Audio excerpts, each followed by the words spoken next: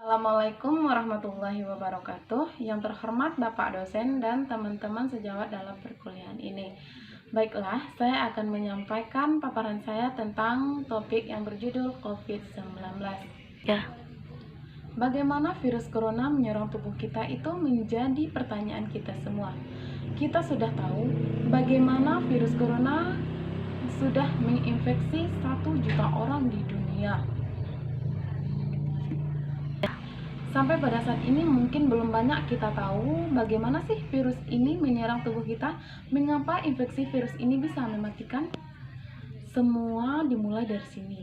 Ketika virus corona masuk ke tubuh kita lewat percikan atau bersin orang yang positif, baik secara langsung ataupun waktu kita menyentuh benda yang terkena percikannya dan kita tidak segera mencuci tangan kita setelah itu. Kalau sudah begitu, si virus masuk lewat saluran pernafasan dan terus menuju sarang utamanya yaitu paru-paru. Disinilah virus mempunyai 3 bagian utama ini mulai bekerja.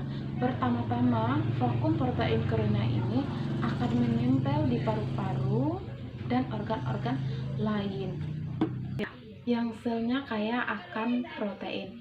Protein ACE2. Kalau tubuh kita ibarat rumah dan virus ibarat perampok, dan ACE2 itu adalah gang pintu rumah kita. Begitu udah menempel perlahan, tapi pasti virus ini akan mendorong masuk ke dalam sel kita, dan begitu berhasil masuk, barulah aksi sebenarnya dimulai.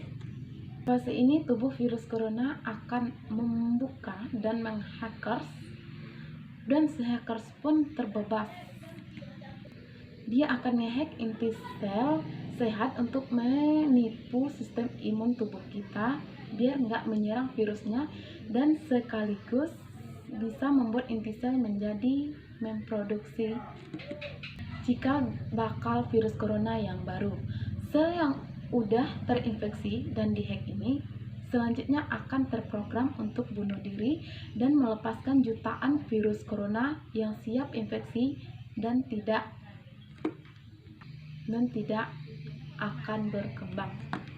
Ya, awalnya mungkin kita cuma kemasukan virus corona yang jumlahnya dikit, tapi dalam hitungan hari aja akan ada jutaan sampai miliaran virus corona baru bikin paru-paru kita dipenuhi oleh mereka. Ternyata mimpi buruknya ada setelah ini. Ya, ketika virusnya udah memenuhi paru-paru kita, sistem imun kita bakal ngerespon. Ibarat polisi dan tentara turun ke lapangan kejadian perkara tersebut. Inilah yang bikin ngeri. Di sini virus corona jadi penipu ulung yang ngelakuin sistem kita. Mereka bikin sistem imun menyerang membabi buta, masuk menyerang sel-sel sehat kita. Mereka jadi nggak tahu mana kawan dan mana lawan, dan perlahan-lahan jadi senjata makan tuan. Buat sebagian besar kasus kejadian ini tidak berlangsung lama, karena kalau sistem imun kita kuat, kita pun akan bisa menang melawan taktik virus corona. Tapi terkadang tubuh kita sedang lemah, dan kalau udah gitu efek ini bisa parah ketika bisa kena radang paru-paru akibat sel sehat di sini yang tidak bisa nahan bakteri pneumonia. Malahan buat kasus yang kritis. Bakteri ini tidak berhenti di sana. Mereka bisa masuk ke aliran dan akhirnya menyerang suhu tubuh. Kalau udah begini, bernafas aja bakalan susah banget dan hidup kita ada di tahapan yang sangat kritis.